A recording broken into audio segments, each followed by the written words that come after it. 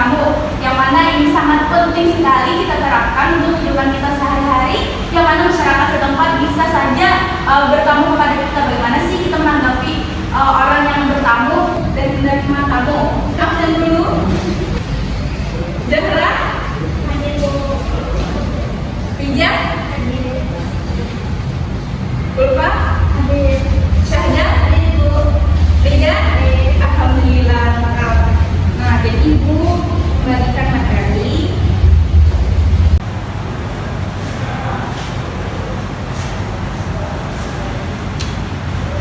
Bagaimana anak sudah?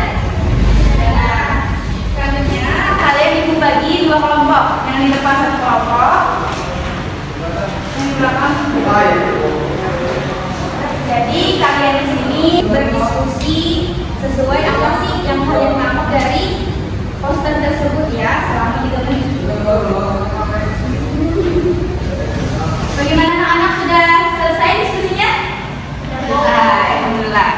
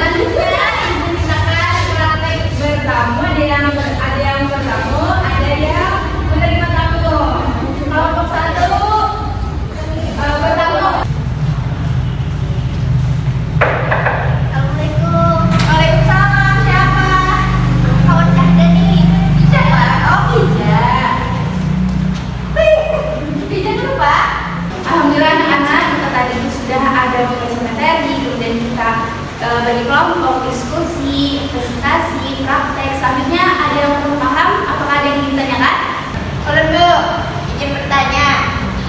Kalau misalkan kan dalam Islam tuh misalnya kita perempuan sendiri di rumah, terus kita dilarang menerima misalnya laki-laki yang datang, kita dilarang berdua-duaan. Kemudian itu bagaimana Bu? Kenapa dalam Islam diajarkan seperti itu? Baik, mantap sekali pertanyaan dari Anak Rida.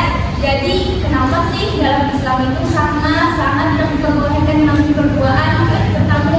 Karena itu akan menimbulkan hal fitnah. Karena godaan setan itu sangat besar. Dan kalau